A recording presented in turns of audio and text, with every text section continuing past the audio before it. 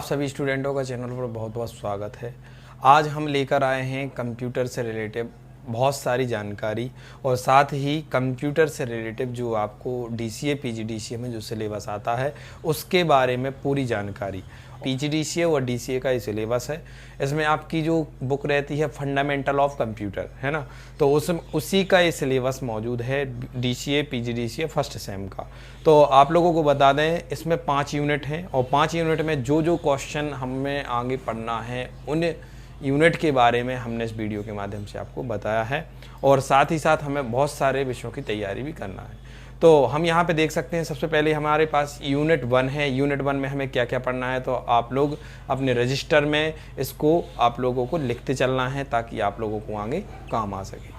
तो यहाँ पे मौजूद है, यहाँ पे हम देख सकते हैं कंप्यूटर का विकास क्रम भी यहाँ पे जुड़ा हुआ है, कंप्यूटर की पीढ़ियाँ भी हमें पढ़ना है, कंप्यूटर की परिभाषाएँ भी पढ़ना है और साथ ही कंप्यूटर के प्रकार भी हमें इसमें पढ़ना है, कंप्यूटर की विशेषताएं, कंप्यूटर के लाभ और हानि भी हमें इसमें पढ़ना है। रैम मेमोरी के चैप्टर पूरे इसी में आ जाएंगे। अब आते हैं हम इसी में दूसरी यूनिट पर। दूसरी यूनिट हम देख सकते हैं मौजूद है और हम इसको जो है इनपुट और आउटपुट से शुरुआत करेंगे कि इनपुट आउटपुट क्या होता है और साथ ही साथ मॉनिटर, रेजुलेशन, प्रिंटर वगैरह जो भी है हम दूसरी यूनिट में पढ़ने वाले हैं। इसके बाद अगला आता है आपका यूनिट 3। यूनिट 3 में आप देख सकते हैं सॉफ्टवेयर है, हार्डवेयर है और ऑपरेटिंग सिस्टम है, एप्लीकेशन सॉफ्टवेयर है। ये सभी चीज़ें जो परीक्षा में आने वाली हैं और हम आप लोगों को सिखाने वाले हैं, ऐसी चीज़ें हम पढ़ने वाले हैं। अब आते हैं चौथी यूनिट पर। चौथी यूनिट में आप लोग देख सकते हैं कंप्यूटर की भाषाएं। कंप्यूटर आखिर कौन सी भाषा को समझता है, क्योंकि कंप्यूटर जो भाषा को समझता है वो हमारी नॉर्मल भाषा को नहीं समझ पाता है, वह अपनी मशीनी भाषा में कन्वर्ट करता है। तो इसमें निम्न स्तरीय भाषा, उच्च स्तरीय भाषा हम पढ़ेंगे। साथ ही 5वीं यूनिट पर अब हम आते हैं। तो 5वीं यूनिट पर आप देख सकते हैं हम इंटरनेट नेटवर्क के बारे में बहुत सारा ज्ञान लेंगे, है ना। तो अभी हम जो है फर्स्ट यूनिट है अपना उससे स्टार्टिंग करेंगे ताकि आपको धीरे धीरे हम इन सभी क्वेश्चनों को आपको सॉल्व कराएंगे और आप सभी स्टूडेंट अपना एक नोट्स तैयार करेंगे। जो स्टूडेंटों को घर पर आपके रजिस्टर है उसमें ही आप अपना रजिस्टर में ही अपना एक नोट्स तैयार करेंगे वीडियो को पूरा देख कर ही। साथ ही बहुत सारे ऐसे स्टूडेंट हैं जो पीजीडीसीए डीसीए कर रहे हैं लेकिन वह डेली क्लास अप डाउन नहीं कर पाते हैं किसी कारणवश। साथ ही ऐसे स्टूडेंट हैं जो बाहर हैं, एडमिशन ले लिया है कहीं या जा नहीं पाते हैं या जो भी है, तो वह सभी स्टूडेंट क्या करेंगे, अपना ही एक नोट्स घर पर तैयार करेंगे। मैं पूरा प्रैक्टिकली ही इस वीडियो के माध्यम से, इस चैनल के माध्यम से आपको पढ़ाऊँगा, पूरा बताऊँगा। कंप्यूटर का जो विकास है, जो परिचय है, हम यूनिट बाय यूनिट आप सभी को बताने जाएंगे और साथ में अपना क्वेश्चन जो आ रहा है पहला प्रथम यूनिट का जो है क्वेश्चन है कि कंप्यूटर का आप विकास क्रम बताइए कि कैसे कंप्यूटर का विकास क्रम है। तो यहाँ पे हम मौजूदा स्क्रीन पर आप सभी देख सकते हैं कि इसमें लिखा है कि कंप्यूटर का आविष्कार। तो कंप्यूटर का जो आविष्कार है कैसे हुआ, कंप्यूटर का विकास कैसे हुआ, वो धीरे धीरे कंप्यूटर जो अभी का समय का जो कंप्यूटर है वो उस आकार में कैसे आया। तो हम शुरुआत करते हैं सबसे पहले सर्वप्रथम कंप्यूटर जो है, जो गणना करने वाला यंत्र है, सर्वप्रथम वह अबेकस नाम का एक कंप्यूटर सबसे पहले आया था, जो कि आप स्क्रीन पर आप सभी देख सकते हो। यह अबेकस क्या काम करता था ये भी सुन लो आप सभी कि अबेकस जो नाम का कंप्यूटर था दुनिया का सबसे प्रथम गणना यंत्र था और स्क्रीन पर आप सभी देख सकते हैं आसानी के साथ अबेकस का ये चित्र जो आपको आसानी से दिख रहा है। ये 3 प्रकार से मैंने इसमें डाल दिया है। पहला जो सबसे पहले जो आया था इसके द्वारा भी हम गणना कर सकते थे, इसमें जोड़ना, घटाना, गुणा, भाग आप आसानी से कर सकते थे। यह दुनिया का पहला गणना यंत्र था। तो कंप्यूटर की जो शुरुआती दौर था, आप लोगों को बता दें, ये गणना यंत्र जो था शुरुआती दौर था इनका, तो इनका जो सबसे पहला दुनिया का पहला गणना यंत्र आया था वह था अबेकस। इससे अपन जोड़ना, घटाना, गुणा, भाग आसानी से कर सकते थे, है ना। दूसरा इसके बाद अगला आता है आप लोगों को अबेकस के बाद एक ब्लेज पास्कल, है ना। ब्लेज पास्कल नाम का एक जो आपको बता दें कैलकुलेटर आया उस समय, है ना। तो इसके द्वारा भी बिना लाइट के, बिना बिजली के, बिना किसी भी प्रकार के इसके द्वारा हम गणना कर सकते थे। है ना, बिना कोई समस्या के भी, मतलब एक ही बिजली है तो हम उसका गणना कर पाएंगे, बिजली नहीं है तो हम उसकी गणना नहीं कर पाएंगे। तो ऐसे ही यंत्र जो आए उसका नाम था एक ब्लेज पास्कल नाम से, जो कि सन 1642 में यह आया था। ये गणना यंत्र ये भी था, इसके द्वारा भी अपन जोड़ना घटाना गुणा भाग कर सकते थे। इसके पहले आप लोगों को बता दें, जो अबेकस जो हमने पढ़ा हुआ है या ब्लेज पास्कल जो पढ़ा हुआ है पहले, उसके पहले के जो व्यक्ति थे वह बहुत प्रकार से गुणा भाग करते थे। जैसे कि मान लो पत्थर है या फिर किसी चीज़ की हड्डियों के द्वारा उसको जोड़ना घटाना करना पड़ता था, इन्हीं चीज़ों के द्वारा वह जोड़ना घटाना कर पाते थे। लेकिन धीरे धीरे जो वैज्ञानिकों ने ये चीज़ें बनाई तो उनका उपयोग ज़्यादातर होने लगा। तो सबसे पहले हमने आपको बताया अबेकस है, उसके बाद ब्लेज पास्कल है जो कि 1642 में इसको बनाया गया। इसके बाद अगला जो गणना यंत्र आता है जिसको हम कंप्यूटर का पितामह भी कहते हैं, और पितामह के साथ में जिन्होंने इसको बनाया है ना, चार्ल्स बेबेज नाम के वैज्ञानिक थे, और इन्होंने एक जो है डिफरेंस इंजन नाम से कंप्यूटर बनाया हुआ था, और इसको ही कंप्यूटर नेम दिया गया था क्योंकि इसमें जो है इसमें प्रोग्राम डाले गए थे और ये प्रोग्राम पर निर्भर था। लेकिन इसके पहले जो अबेकस है या फिर हमने ब्लेज पास्कल का जो बताया है उनमें भी था, उनमें अपन को किसी प्रकार का प्रोग्राम नहीं डालना पड़ता था, उसमें डायरेक्टली अपन को हाथों के द्वारा ही जो है अपन को उसका रिजल्ट मिल जाता था, है ना। और साथ में जो ब्लेज पास्कल था उसमें भी सेम वही था। अब आते हैं चार्ल्स बेबेज पर, जो वैज्ञानिक को कंप्यूटर का पितामह बोला जाता है। इन्होंने जो है कंप्यूटर को बनाया है। तो कंप्यूटर का ये आपने देख सकते हो, इसका डिज़ाइन भी देख सकते हो, इसका नाम ही डिफरेंस इंजन है। इसमें प्रोग्राम के द्वारा इसको चलाया जाता था, इसके द्वारा भी ज़्यादातर जो है गणनाएं की जाती थी और ज़्यादा संख्याओं में गणना की जाती थी। इसके पहले जो बनाए गए उनमें उतनी ज़्यादा उतनी गणना नहीं की जा सकती थी, लेकिन जो चार्ल्स बेबेज द्वारा बनाए गए डिफरेंस इंजन में है उस पर अपन किसी भी प्रकार की गणना कर सकते थे। साथ ही इस डिफरेंस इंजन को बनाने के बाद चार्ल्स बेबेज ने, है ना, बहुत सारी चीज़ें देखी कि इसको कैसे इसमें अपन निर्देश दिया जाए, कैसे इसमें हमें जो है प्रोसेस हो, कैसे इसमें हमें आउटपुट मिले।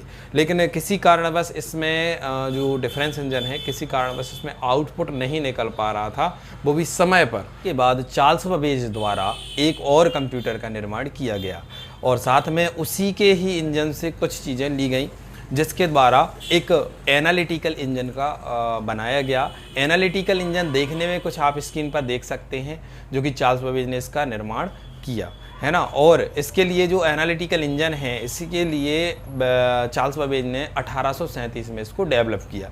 1822 में जो बनाया था डिफरेंस इंजन, वह भी काम कर रहा था लेकिन वह समय भी लगा रहा था, और उसके लिए उन्होंने उस मशीन के लिए, उस इंजन के लिए फेल बोल दिया गया था। लेकिन उसके अलावा जो उन्होंने एक दूसरा सिस्टम बनाया, है ना, दूसरा इंजन बनाया, उसके लिए उन्होंने बहुत सारे प्रोग्राम भी तैयार करे। प्रोग्राम तैयार करने के बाद उसको आसानी से अपन काम में भी ले सके वह। तो इसका देखा जाए तो आप सभी को बता दें कि जो एनालिटिकल इंजन था, एनालिटिकल इंजन 1837 में आया। इसके भी चार्ल्स बेबेज जो है वैज्ञानिक थे। अब इसके वैज्ञानिक थे चार्ल्स बेबेज। अब इसमें क्या हुआ कि इसमें प्रोग्राम डालने के लिए और इनपुट देने के लिए और उसका परिणाम ताकि हमें मिल सके, तो इन्होंने जो है एक वैज्ञानिक थी लेडी एडा अगस्ता नाम से, जो कि आप स्क्रीन पर आप सभी देख सकते हो, मेरी स्क्रीन पर आप सभी देख सकते हो, लेडी एडा अगस्ता, है ना। लेडी एडा अगस्ता ने जो है इनकी सहायता करी और उन्होंने एक पंच कार्ड नामक एक इनपुट डिवाइस बनाया उस समय, है ना। तो पंच कार्ड जो था, पंच कार्ड पर आप आसानी से देख सकते हो, इसमें जो नंबर लिखे हुए हैं, बीच बीच में खाली भी हैं। तो पंच कार्ड का मैंने यहाँ पे एक आपको वीडियो के माध्यम से एक तस्वीर भी आपको बताई है, इसका यूज़ कैसे किया जाता होगा उस समय इनपुट देने के लिए। तो यहाँ पे आप देख सकते हैं लेडी एडा अगस्ता जो है, इन्होंने एक पंच कार्ड नामक एक डिवाइस तैयार किया, जिसके लिए जो हमारे एनालिटिकल इंजन है, एनालिटिकल इंजन में प्रयोग किया गया, है ना। तो यहाँ पे चार्ल्स बेबेज द्वारा इस इंजन के लिए जो है ना, सबसे लाभप्रिय हुआ। ये उस समय बहुत ज़्यादा प्रचलित में आया और इसके लिए जो है इन्होंने जो लेडी एडा अगस्ता ने प्रोग्राम दिया था, उस प्रोग्राम से भी बहुत सारे जो इसके बाद जो कंप्यूटर हुए उन्होंने भी इस प्रोग्राम का उपयोग में लिया इसको, है ना। अब आते हैं ये जो प्रोग्राम जो था ये किस प्रकार काम करता था, एनालिटिकल इंजन किस प्रकार काम करता था।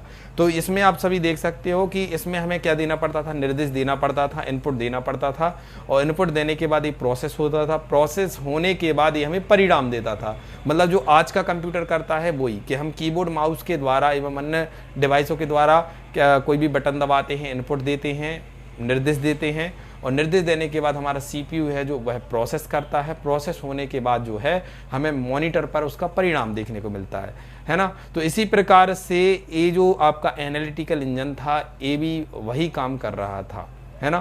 तो इसके बाद अगला आता है इसी में आविष्कार में कंप्यूटर के, इसमें आता है एक और की सेंसस टेबुलेटर नाम का एक कैलकुलेटर उस समय बनाया था, है ना। ये लगभग 1890 के बनाया था लगभग। तो 1890 में वैज्ञानिक का नाम भी है हरमन हेलेरिथ ने, है ना।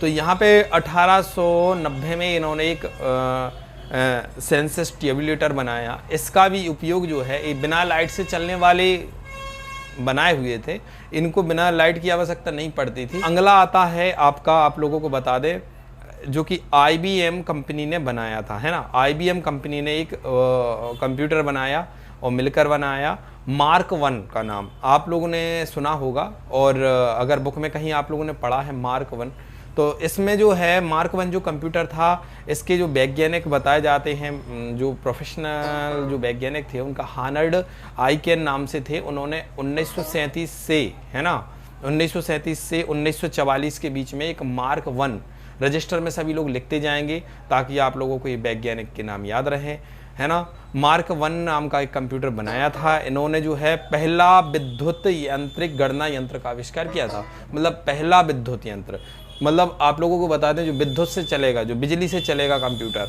है ना। और इसके लिए IBM कंपनी ने बनाया था। IBM का पूरा नाम भी इसमें हमने लिख दिया है, इंटरनेशनल बिजनेस मशीन के नाम से यह कंपनी थी। इन सभी ने मिलकर कंप्यूटर आता है ENIAC कंप्यूटर। ये उस समय का बहुत ही प्रसिद्ध कंप्यूटर था, है ना। तो इसका मैंने पूरा नाम भी रख दिया है, इलेक्ट्रॉनिक नॉर्मेलिकल इंटीग्रेटेड जो है एंड कंप्यूटर, इसका नाम लिख दिया है। और आप लोगों को, सभी लोगों को नाम भी इसका लिख लेना है। तो ये 1946 में यह आया, ठीक है।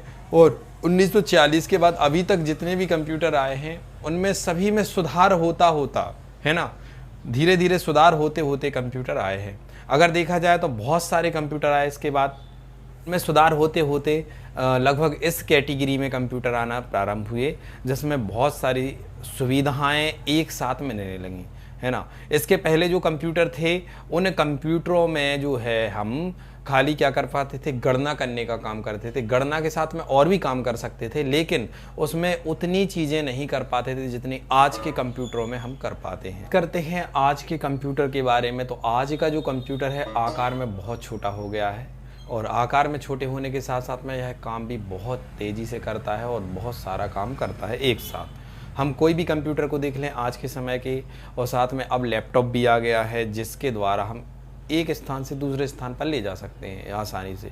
तो ये हमें जो हमारा कंप्यूटर है ये एक मनुष्य का एक अंग बन चुका है, यह अंग है, और हम कंप्यूटर से बहुत सारी चीज़ें कर सकते हैं, है ना। तो आप सभी को बता दें कि जो मैंने अभी तक आप लोगों को बताया है, आप सभी स्टूडेंट उसको रजिस्टर में सभी लोग लिख लेंगे और उनको बहुत तरीके से याद करेंगे, अच्छे से याद करेंगे, समझेंगे कि आप लोगों को ये बताया गया है, आप लोगों को इसको याद रखना है सभी लोगों।